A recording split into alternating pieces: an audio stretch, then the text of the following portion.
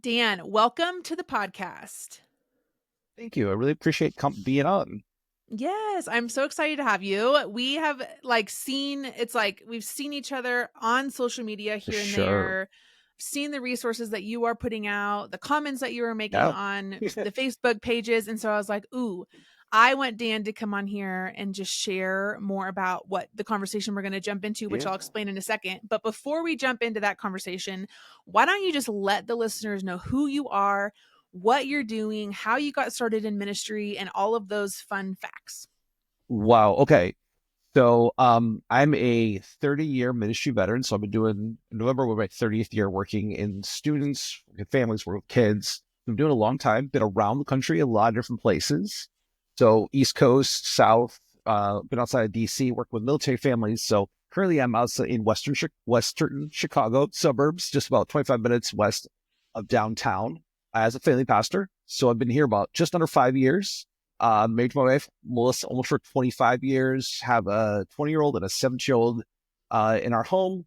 Beyond my work with in family ministry in my local church here in Chicagoland, I also run a youth ministry hub, a website that I've had for a couple of years now, just providing resources for youth workers, for children's pastors. And then also last year, I joined the team with Global Leadership Summit, specifically the next gen side of things. So I'm working with them part-time, doing some things with them, kind of resourcing them, helping them get more established within the US and Canada, working, creating resources for young leaders. So keep busy, stay very, very busy, beyond just speaking and doing coaching, mentoring as well. Awesome. That's so exciting. I didn't realize I knew Yeah. about Youth Ministry Hub, um, but I didn't know the work that you get to do with Global Leadership Summit. That's Yeah. super fun. It's super fun. We've had a great time over the last probably about year and a half working with them, specifically with the next gen team. So do a lot of work within Chicagoland at the main summit. And then we connect with about 250 churches around the country. And then we take the resources that we create at the summit, we package them and provide them to 60 countries. And we had those resources viewed and shown and used by 75,000 students, leaders across the globe. So it's really, really active. So my work is within the US, but I have a team that I work with that is really literally affecting 61 countries, a little over 75,000 students, student leaders from preteen through early college. We're able to use those resources to work on becoming a student leader.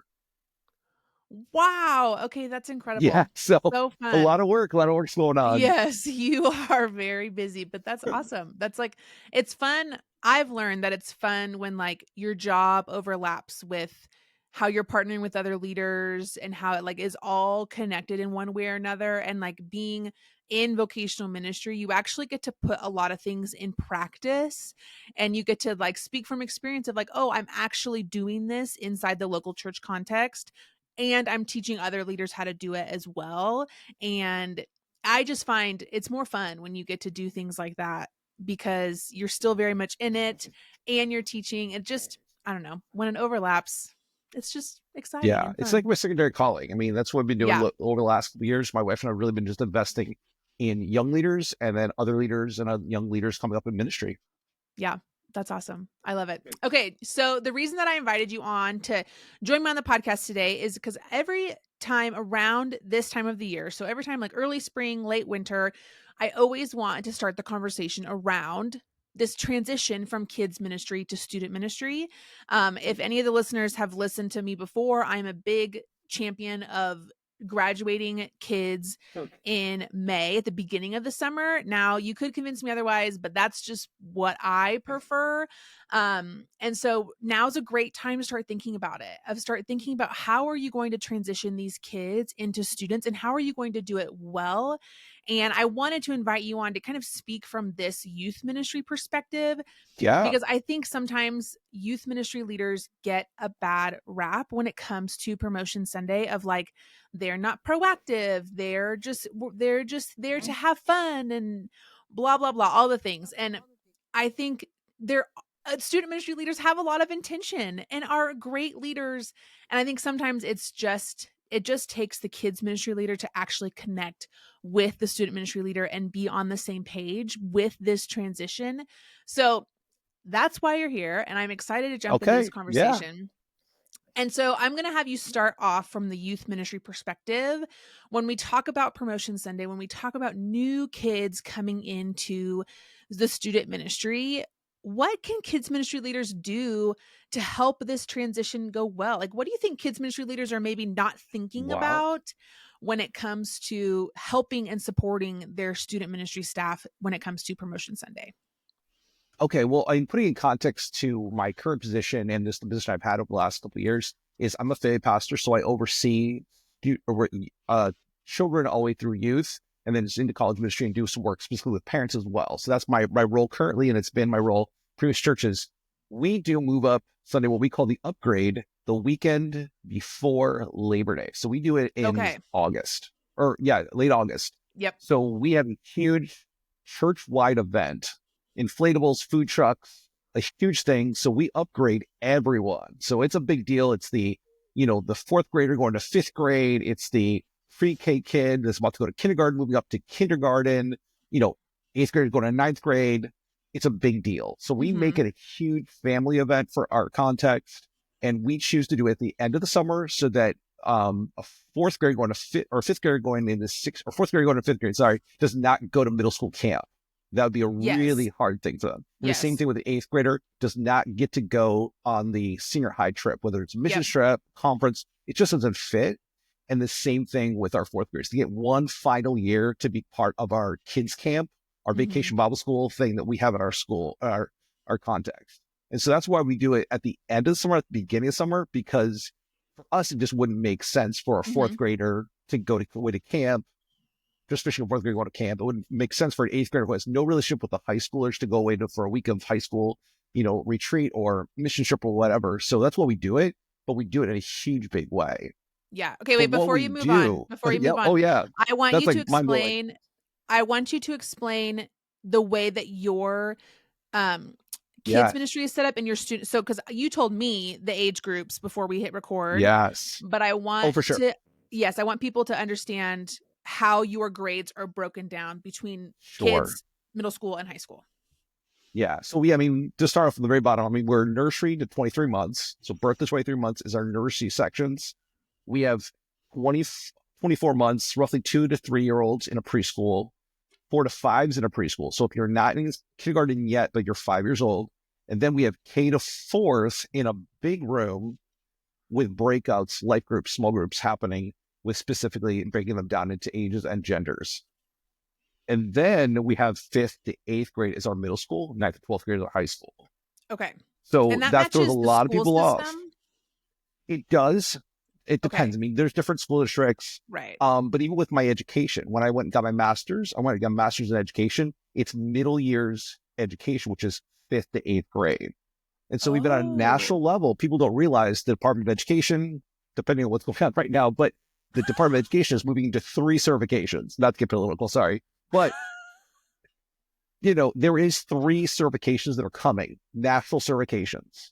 So it'll be Oh. K for elementary, middle years, and then upper years or high school ministry or high school education. So you can get a degree and certifications based on things don't change much, but you have elementary, middle school, high school.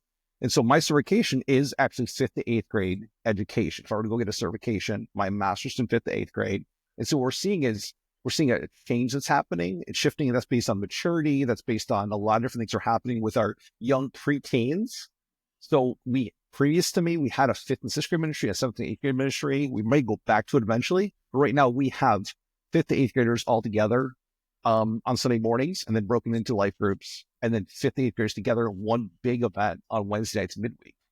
So when we're Oh, okay. talking about children's ministry, fourth graders transitioning out, suddenly they get to go to a whole brand new room, get to go to the youth center, and then Wednesday nights they get to come out, which is a huge big deal for fifth graders to go out on a weeknight to go to, pretty much youth group. It's just fifth to eighth grade youth Yeah. group. And it's a huge, big deal. We have fourth graders right now that are chomping at the bit this time of year to move up. Mhm. They're asking, they're waiting, they're talking to the youth pastor, talking to me, and they're talking to their parents. Parents are talking to us. So we're building those relationships, those bridges already. So our student director comes down, interacts. We've had him do announcements. We've had him run a game. We've had him teach a lesson, especially this time of year. So kind of going to your question is how do we start building those relationships? Is we Mhm. invite the student pastor, student director, come down and be present. Come Yeah. down and jump at the gaga pit with our elementary kids for a few minutes on Sunday morning. Come down and make sure you walk down the hallway. Come down and, hey, we'll have you do an announcement. We'll have you run a game. Previous churches, our student director and our films pastor would get together and they would run an overnight for fourth graders going to fifth grade. So they had a lock-in Oh. event that was specifically only for fourth graders, and you're allowed to bring one friend. So it was you and a friend, and a big deal. And then the student director and myself would come, give a tour of the student building, make it a big deal. They would get a special T-shirt, limited edition. Only they could have that. And they would have the new student T-shirt. So everybody knew, but it was a trick because those kids knew the first night they showed up, they'd wear their brand new shirt. Everybody's like, Yeah. so excited. We got a brand new shirt. Only us, only we get it. New fifth graders. But all of us knew those are the fifth graders that are coming in. Make sure, even our student leadership, make sure you're welcoming these kids, make them super feel special because they're moving up. So there's little tricks in there, but it's building those bridges. Mhm. But immediately, because of the way we run it as a fan pastor, I have one big umbrella that's Mhm. birth to 12th grade. So we're running as one ministry. Our curriculum is running as one ministry. We have scope and sequence that leads that full entire time. So everything's connecting. We're having conversations. We're having trainings together. All those things make it, oh, we're not moving from one ministry to another silo to the next. It's all one big house that we all live in. That Yeah. helps inside the student ministry world, the kids ministry world, and the parents, the same thing. We're doing parent events that obviously time kind of overlap. We'll do a parent date night. That's everybody. Any parent in our church can come to a date night. So it's not segregated, siloed out like some people use. There's been where you want to use. It's just we're one big family Yeah. ministry. And so the transits are just much easier, but we still build intentional bridges from building to building, space to space, room to room. Yeah. That's awesome. Okay, there's a couple different things that you said You that get a I lot in there, right? really appreciated. One, I love how you use the phrase like we're all in one big house.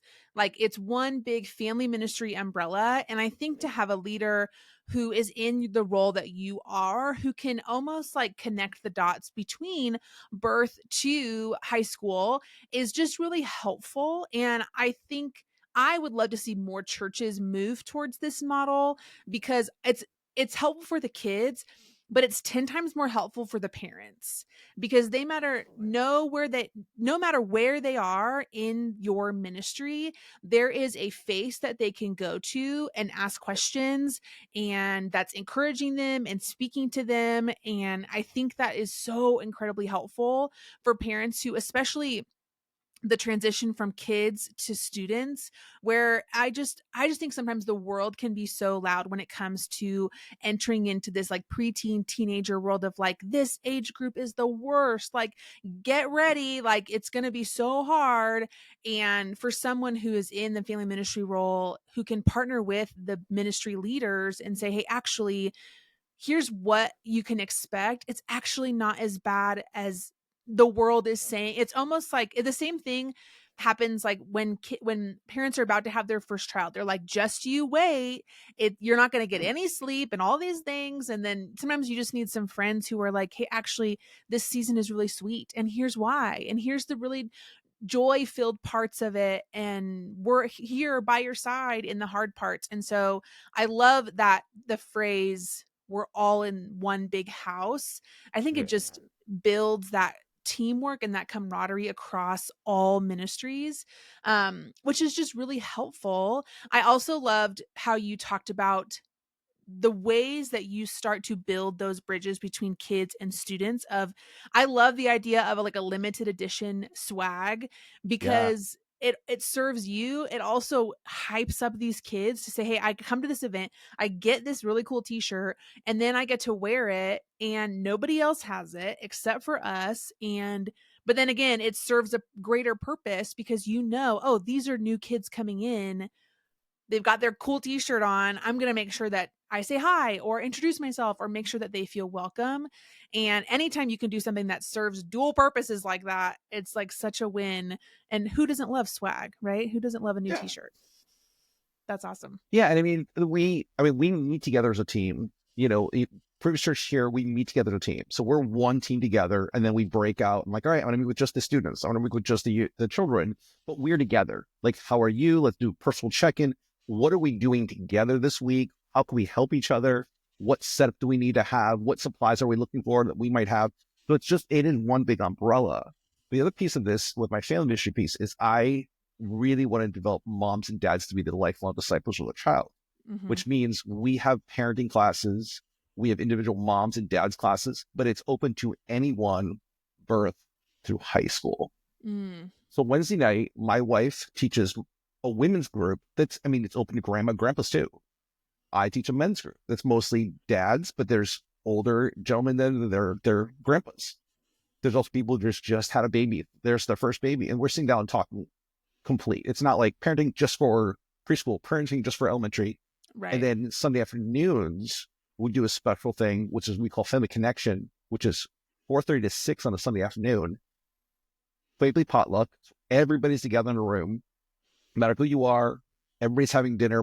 Kids are eating together. We dismiss the kids out for childcare, and then we spend time doing teaching. And then we break into small groups around tables. And some of those tables are not specifically to like a preschool table. Hey, it's just mix and mingle. And that's where you're talking about Mm-hmm. that moment where you have a teen parent talking to a preschool parent saying, hey, you know what? It's amazing. Here's why it's amazing. Yeah. And giving that advice, working with each other, talking to each other, building those relationships and friendships. And so once again, it's one big umbrella, even how we do parent discipleship. Yeah. And that bridges that gap. Because suddenly it's like I'm moving up as a parent and I already know a parent in that ministry. And so it's Mm-hmm. a really like, I already have a connection of friendship. I met that person. So it's not suddenly, oh, I'm losing all my elementary parent friends. I'm moving up to middle school parents and I don't have any middle school parent friends. It's, Right. I already have friendships.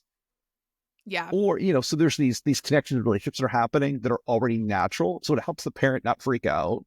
It gives them another voice beyond my wife and I to talk them through the transitions, the Mm-hmm. troubles, the the teen years aren't bad, or hey, it is bad, but here's what we learned. Here's the mistakes we Yes. made.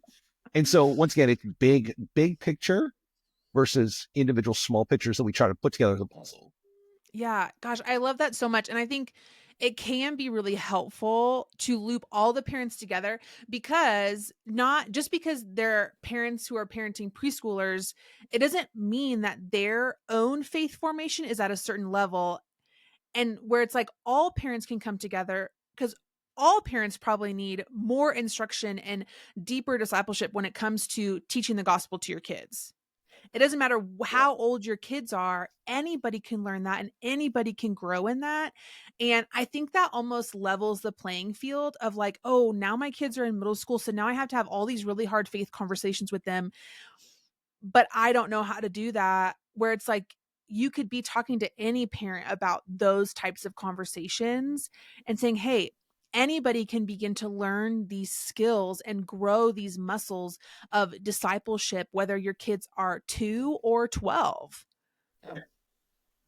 It's huge. How fun. So that's a lot. So Yeah. you have a lot is Yeah. you have Sunday afternoons. And so I'm assuming your Wednesday night parent stuff is the same time as students, Estimate some is middle school. Yeah. as middle school, which is like the perfect So time because they're dropping kids off anyways. yeah, and that's perfect. I mean, there's a lot of middle school dads. There's some high school dads, some other people, Yeah. and then, they drop off. We end up hanging out for a half an hour, and then we start a group and have time together. Um, but it's great, and that's just helps us. We do it every other week, so that gives me opportunity for those other weeks to be able to jump into middle school. Same Okay. thing with elementary. Right now, I try to jump in and teach elementary every so often. But I think one of the things that we do as a couple is we stand at the crossroads of our church. Mm-hmm. So in between the student building, and then there's an L that goes to the children's ministry, and then there's another L that goes the rest of the way to the adult ministry. My wife and I stand at the crossroads. So everybody that comes through, as much as possible, we see as many families as possible. So we're seeing the Yeah. students walk past us going to the student room. We see people walking past and kind of curving down on the corner, going through the door to get checked in for children's ministry. And then generally we see adults. So we position ourselves physically in the middle of everything so that we are accessible to everyone. So kids are being greeted by us. So is that sustainable kind of steady? So if like Mm-hmm. children's, we've lost a children's director, a new one came. Same with the student. We lost a student director and the one came, but here we are. We're the consistent. And then for the Yeah. parents, they see, okay, well, that person left, but so over the last 5 years, and we did it previous church as well, we try to position ourselves where we're kind of always that go-to calming, presence in the middle of this. And that helps the transitions. And it's like, Yeah. you're walking past us to get to the next spot that week. Yep.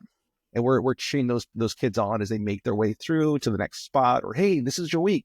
Head that way, not this way. And like, oh, okay. And it's a big deal. And then we ease them in. So there's those Yeah. fourth graders that are nervous about fifth grade. So there's a couple of weeks of like, hey, why don't you go down that way? Hey, why don't you wander down? Let's walk you down. Like, let's peek in the room. Like, and you have those fourth graders that peek in the room and for a couple more weeks, and they go back to their safe spot and they realize, wait, none of my friends are here. They're all up there. Yes. And so but it's also parents. We walk parents down. That's a big transition. Like, all right, mom and dad, let's walk with your kid. Let's peek in the door. Like, let's see what it is, what's going on there before we commit to actually walking in the door. And it's huge, but we try to position ourselves in a way that we we are the bridge. Yeah. Yeah. That's awesome. And I think for the leaders who are listening, who are like, oh man, we don't have a family ministry director, or maybe our executive pastor serves as this staff member who's over all of family ministry. I don't want them to be discouraged, because you can have these really intentional conversations between student ministry leaders and kids ministry leaders. It's just about being intentional and thinking ahead of the time and making an effort and saying, hey, student ministry leader, I know that this transition is coming. Let's meet every other week for 6 months or something, just to brainstorm and think through this transition and how to do it well. And it's like, okay, one Sunday I'll come to students and stand there and help and say hello to parents. And then one Sunday you come down to kids and talk to parents and like encourage them and build those relationships with the kids. And so I don't want the leaders listening who are like, we don't have this Oh, person absolutely. who's like this bridge who is doing incredible work with parents and kids, to all of a sudden be like, well, now we can't do this, because it is possible. I mean, I remember when I was in the small church world, like, we didn't have a family ministry director, and I was just like, okay, youth pastor, like, we've got to figure this out. We've got to do this well. Here's the list of 50 kids moving into students. How are we going to transition them in a way that it sticks? And so it is possible to do it with a small staff and And you can do just some volunteers. I mean, intentionality. volunteers, we spend the summer. I mean, that's our piece of that. Why we don't do it during the beginning of the summer. We do at the end of the summer is my small group leaders, my middle school small group leaders, who are going to be the new fifth graders, small group leaders. They are doing 3 touches. There'll be a call, there'll be a postcard, and then there'll be a time where they go look for that specific kid. So Wow. this once again, it's volunteer driven. It's just going, hey, let's go find and invite them. Hey, you should come check out. You should come check out. Hey, we have a preview night, or we have this thing going on. Hey, are you coming to the upgrade? But there's these touches that happen all summer long. So Yeah. they're transitioned out, they're done with school. They have a summer to kind of ease their way into some things, but half of the summer they can sneak peek a few events. But they have life group leaders, small group leaders. They're calling them, connecting with them, already finding them. Yeah, I mean, even myself, like, you don't have to have a paid family pastor. Find an older couple in your church that wants to run a parenting group. Find someone else and say, hey, one of our pastoral staff, would you be willing to spend a couple, like 6-8 weeks on Bible study with men? Hey, is there a wife on staff or another woman on staff that would do a mom's thing? Yeah. So it's just a matter, and then simply saying, hey, I'm going to position myself in ways as a part-time volunteer children's director, youth pastor, just to position myself in ways in the hallway, just to be welcoming. We're blessed. I'm blessed to have a full-time position where I can do that, and that's my job. But there's easy ways to make that work, whatever your context is. Yeah. With volunteers, with key leaders. Even just switching around. I mean, we brought our children's director up early on, and they flip-flopped, and they taught in middle school after the fifth graders had already moved in, and he came on a Wednesday night and taught. And, so it was like, oh, Mr. Johnny is here. This is cool. And kids felt like, okay, we didn't miss, because that was the other relational piece of this. Right. Is kids have had this relationship with this children's pastor Yeah. for all this time. And it's not that they're leaving their friends, they're leaving this person that has been their spiritual, another spiritual rock in their life. and say, hey, no, what? He's not gone forever. He can come down and visit and be a guest speaker, those kind of things. Mhm. As I said, the student director comes down as a guest speaker early on, late spring, runs a game, things like that. So there's ways to do that without feeling like, oh, you have to have a family pastor to do that. Don't get me Yeah. wrong. I mean, that's great. But, there's simple ways to adapt that to your context and your size. Yes, for sure. Okay, sometimes I think this is more like a hot take, but sometimes I think kids ministry leaders can be a Debbie Downer in this season because they're saying Yeah, goodbye to kids. And sometimes it just kind of like, I'm like, ooh, don't like it's not yes, it is like bittersweet moment, but like the last thing you want to do is send off kids saying, like, I'm so sad you're leaving. It's like they're not really going anywhere. You're still going to see them. Like it's just, and so that's what I thought of like sometimes kids ministry leaders can be the ones who are setting the tone for transitioning into youth ministry, and you want to be excited and you want to, I think one of the greatest things a kids ministry leader can do is hype up where their kids are going next absolutely. and say Absolutely. like this leader is so incredible, you're gonna love hearing from him, you're gonna love Wednesday nights, you're gonna like, I'm so excited, I'm gonna come visit and like hang out, and like it's just this, that's how you can support your coworkers and your fellow Yeah. family ministry leaders is just by championing them and the work that they're doing both in front of kids and in front of parents. And so I think that's great. But I want to go back to talk about your how you guys run your summer and the three Yeah. touches. And so I think practically for a little bit of like what does that even look like? When do you guys sit down and take your roster and divide them all up into small groups? What does that even look like? And then handing out these volunteers of like, hey, these are your, I don't know, 10 kids that you have for this next year. What does that practically look like? We sit down as a team. So we sit down with we have CCB, people have planning Yep. center, things like we sit down with the database, and the children's pastor sits with myself and the youth pastor and says, all right, let's go through name by name. Is this person coming faithfully on Sunday morning? Because we don't have a midweek program for kids. Right. We don't have an Awana. We're primarily focused on Sunday morning. So like, all right, this is a Sunday morning kid. How faithfully they come? I mean, we have the stats. We have we can see attendance, registrations like that. But then we walk through.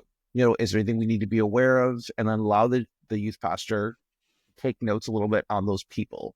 So, oh, okay. And then also we match up. Like, oh, this is a child we already have. We order sibling, things like Mm-hmm. that. They're part of our church for. So we literally sit down and then we come up with a list, an active list, a realistic list. And we have those kids who come once every 3 months, or they're a friend of a friend, or who is actually on our active list that will probably be, the people we want to touch. And so then we take that list, we break it down into guys and girls, and we just match them up with their volunteer, their life group leader, small group leader. And what we do, and another unique thing, and that a lot of youth ministries don't do, is our middle school life groups, small groups happen on Sunday morning, not on Wednesday night. Oh, okay. So this is going to be another like, oh, that's weird. But here's the thing: we have more students coming that are church kids that are willing to sit and have discussions on Sunday morning. So Okay. Wednesday night, it really is invite a friend. It's topical, all those things. So Sunday morning, we really dive in fifth, eighth grade in discipleship.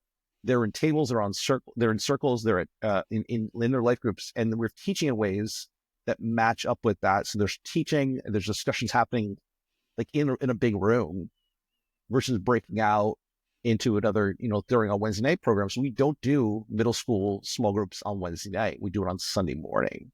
And so Okay. there's more nuance to that. Yep. But it's an easy it also helps the transition. So it's like Sunday morning, you're coming. We invest in you on Sunday morning, and then we invite you to Wednesday night. Mm-hmm. So the transition becomes easier that way. But then once again, that life leader is reaching out saying, hey, I'll see you next week. Come to upgrade, and then I'll see you next Sunday morning. Just walk down the hall, meet me at my table, my circle. We kind of change it all the time. Yeah. And then we'll see you there. And that helps that transition. So it's not Totally. like, oh, my life group leader is not here on Sunday morning. They're on Wednesday night. Sunday Mm-hmm. morning is a huge moment for us in discipleship in our preteen middle school ministry. So that's Yeah. another nuanced thing that we do. And I can kind of break that down more, but that's part of the reason why we do it that way. Yeah, and I think that just shows how you have and your team have been intentional to say what does our attendance look like on Sunday mornings? Because for a lot of churches, it's the opposite. Students aren't coming on Sunday mornings, but they're coming on Wednesday nights. And so that changes how you run your program. And so I think that it just shows that, like, hey, you have to figure out what works for your church and your attendance and your ministry context. Some churches have kids go into main service with their parents on Sunday morning and then come on Sunday nights or Wednesday nights or whatever that may look like. And I think it just is, there's so many ways of doing this. There's so many ideas. A lot of them are really great. You just have to figure out what works for you, and for you guys to recognize and say, we have a higher attendance on Sunday morning in terms of our students. So we're going to choose Sunday mornings to be that intentional discipleship where if they were to go into main service, yeah, they're engaging with, it's a multi-generational space. They're engaging with adults, they're worshiping with their church family, but it's like, okay, what's more important in terms of our goals and our values as a ministry? And we want that deep discipleship. If we have more students coming, let's create a space for them to have conversations and invest in other kids and partner and build relationships with their leaders. And so I think that's great. It's just a really good example of like, hey, there's different ways of doing things, and this is what's working. Yeah.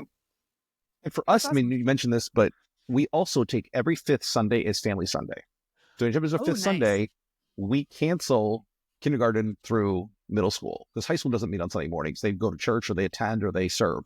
Yeah. So we have kindergartners through eighth graders in church a couple times a year.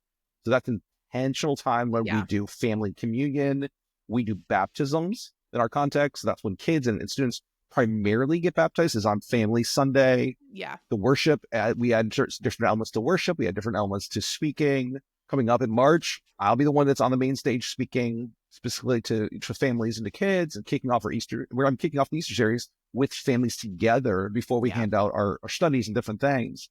That's another thing is we do want kids in church with their mom and dad a couple times a year so that when they finally move up in ninth grade, it's not like the first time ever. They've Yeah. already been in Totally. big church. I hate that word, but big church all along a couple times a year. And we have that. And also even on Easter, we do preschool, we do nurture on preschool on Easter. We don't do elementary, we don't do middle school. We want everybody in the room. Yeah. On Easter, Christmas services, where that lands, Christmas Mhm. Eve, all those kind of things. We really do intentional family services that make, once again, big family time around the house, Yeah. Yeah. I love that. It is that hard balance of like, we used to do fifth Sundays as family Sundays, but then we just ran out of space. We could not Yeah. fit all the kids in the worship center with the adults. And so it was like, oh, bummer. Like now we have to like It does get packed. readjust. It does get packed. All those It does kids, get man. packed, and Easter was really crazy. And there's a whole other story there, but Easter was really crazy. The last song we gave everybody foam lightsabers. They were like little foam things, like when you go to Yes. an NBA Like, game and they have the thing yes. to kind of distract you when you're shooting hoops. One of our members works for the Bulls and said, "Hey, we'll give you all these." So we had these little tiny, about that big, laid up. So every kid got those. So the aisles were just packed with little kids dancing and waving their thing for the last big final song of Easter, celebrating the resurrection. And it was just it was a packed morning anyway. So we Yeah. had kids, everywhere. We had parents everywhere, families everywhere. But the services that ended, when the services ended, we had kids just literally in the aisles. And also with the way it was, I mean, we just had it, we just said, hey, it's okay. We'll put Yeah. up chairs. You'll have kids sit on the floor in the aisles. We'll just do whatever to make sure that the services we have are just feel like it is a packed room. It's okay. It doesn't have to be perfect. Kids are going to Yep. cry. Kids are going to wiggle. We'll have coin Yep. pages. We'll have lightsabers at the end. Everybody went home with like a lightsaber to remember the Easter experience. And parents were literally parents and grandparents were in tears. Like it was such a huge moment for our Yeah. church. And so that's when we're like, we have to keep doing family Sundays. We have to keep doing family Sundays. And so we're Yes. trying to find those elements where we're together as a family. And once again, it's just an easy transition. It's like, I'm not moving from place to place. I'm just moving Mhm. within my house. Yeah. Ugh, I love that. I love the lightsabers. I love all the families being together. I'm sure there's like snack wrappers everywhere. It's Oh yeah. just, Yeah. it just is what it is. Okay, so Yeah. I want to kind of this is not really the model that you guys are doing right now, but I know you have some experience with like a specific like 5, 6, like specific of that like preteen age group.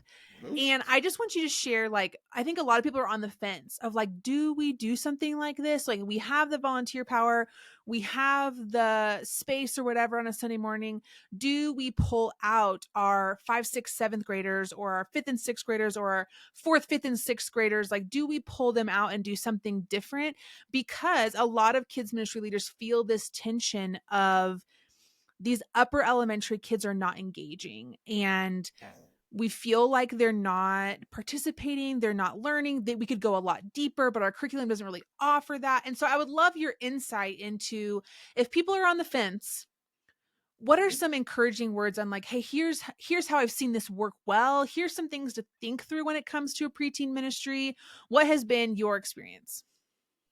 Really think, I mean, education, development are the huge pieces for all of this, Mm-hmm. because your late elementary kids over the last couple of years, especially since the pandemic, have matured differently and are developing differently. And so a fourth grade going to fifth grade, you may have fifth graders. If you keep fifth graders in kids ministry, you do have fifth graders who are now having puberty. You have young ladies who are going through, girls more than boys, but you are Right. having young ladies, especially to have a fourth grader going to fifth grade who's maturing into womanhood in your children's ministry. You really need a separate space. Yeah. Educationally, they're moving from single classrooms to multiple classrooms, multiple teachers. So once again, you're looking at educationally in your upper elementary into middle school, your fifth grader is starting to switch classes. So they're changing the way they do life and Mm-hmm. education because of the pandemic, because of some of the developmental things, just the way the world is with social media. Kids are thinking more abstractly and less concrete, or kids into Right. preteens. So you have the younger child, the kindergartner, third grader, fourth grader, they'll start thinking very black and white, very concrete. Your fourth grader is getting abstract thinking. And so they start to think abstractly, and you're still teaching them very, very concrete lessons. And the thing is, you have to understand educationally, they're starting abstract thinking already early on. My wife Mm-hmm. is a fourth and fifth grade teacher currently. She was a first grade teacher. And what happens is, because of Common Core, whatever you think about Common Core education, Common Core is abstract. It's no longer 2 + 2 = 4. It's why is 2 + 2 = 4. And they're doing Right. that early on. Kindergarten, first grade, they're already pushing abstract thinking. And the church Yep. is not talking abstract thinking until middle school, hopefully. So you have a fourth grader, fifth grader, especially, who's already had multiple years of abstract thinking, multiple years of pulling apart truth, whatever the fact is, and saying, why is the fact the fact? Because that's what Common Core is. And so for us, fifth grade is really a huge transition. That's why I put fifth graders in with sixth, seventh, and eighth graders. And a lot of people freak Mm-hmm. out. There's some Right. maturity things, but we do break them out into life groups. The big lesson, small discussions. So there's things that we do differently. We've adapted sometimes those questions, so it's fifth grade appropriate. But what we're realizing is there's a lot of transition happening. The other thing is faith. Um, Kids are really at that point moving from parent faith to personal faith. Mm-hmm. So suddenly it's not, I believe because my mom and dad believe, it's why should I believe for myself? And if we Right. wait too long, we're going to miss, because the window is 4 to 14. Mm-hmm. So personal faith, 75, 85% of people who accept faith for a lifetime, no matter what their faith is going to be, is between the ages of 4 and 14. So even in middle school, we need those 3 to 4 years to really dig in on abstract thinking, personal faith stuff. If we wait till high school to take on theology, a bottom shelf level, but begin to talk theologically with students, we're going to miss them because they're going to transition out. Right. So we have the transition from elementary kids ministry into student ministry. Middle school, we see a drop off rate. The other drop off rate is eighth grade going to ninth grade. Mm-hmm. So we want to make sure that those bridges, the transition periods, we don't miss, educationally, mentally, parentally, and spiritually. We don't miss those moments because we don't transition well, because we see Yeah. that. I mean, we're seeing that with us. The fourth graders going to fifth grade are ready. They're Mm-hmm. ready at least in our context, because of something's happening. But because Yeah. of COVID, I mean, there's a lot of different life stuff that's hitting a lot earlier, Mm-hmm. and they also are processing differently. And so we're seeing that fourth grader, and like right now, my fourth graders they're waiting on pins and needles for the end of summer because they can't wait to mature up. Yeah. And it's not just because of the fun, it's not just because the youth projects are so cool. It's we're ready for the next thing. This has Yeah. been great. The videos, the curriculum, the stuff we use Orange, love it. And we try to tweak it to make sure that our fourth graders aren't bored. They're ready. They're ready for the Mhm. next thing. And once again, it's one long scope and sequence. So we know what we're covering birth to fourth grade. We know what we're covering for next 4 years, and we know what we're covering for the next 4 years, so that we have a complete scope and sequence path, benchmark standard, just like an education model would have, so that our students, parents know, and kids that come in, like, we know from this point to this point, you will know these things based on Mhm. your age group and your grouping, so that you're ready for the next thing. Yeah. And that's huge. And so we're seeing that a lot. We're having, if you listen to a late elementary, you get crazy questions already. Oh, Before it's like, 100%. okay, I believe you said it, I believe it. Yes. Now, even more so the last couple of years, it's the world has changed. The world got weird and shaky for us. And so Mhm. now they're really questioning a lot earlier the things we say. Mhm. And so preteen, middle school ministry is that spot. Yeah. Yeah. Otherwise, they're asking questions in front of first graders, and first graders are like, I never thought about that. Jesus loves me. That's it. I believe it. And so they're Yeah. like, why? Why does she just love me? And it's like, for a kid or a first grader, if they're sitting in that room, it's like, especially in a smaller context, it's like, Mhm. okay, not even like in my registering my brain, and fourth Yeah. grader just hit that abstract questioning. Yeah. No, that There's is more in there. so That's kind of a big deal. yeah. No, and I agree totally. I think even as I like teach large group in our local church context, like it is like we don't have our large group is K through third grade, and then fourth and fifth grade have their own like space on Sunday mornings. But it's just like some of these questions are like, well, you're saying this, but my friend at school said this. Which one is Yeah. true? And like so much of that should be backed into having a relationship with the small group leader, having a relationship with an adult who is following Jesus, who can then have some of those more in-depth and more personal conversations. And I laughed to myself because I have a first grader, and so much of her homework is like, why is this problem this? And I'm like, I don't know. It just is. Like, that's just what happens. Yeah. And I'm like, oh, geez. So we have a lot of those conversations in our house. Um, I know we're like almost running out of time, but I want you to briefly That's okay. touch That's okay.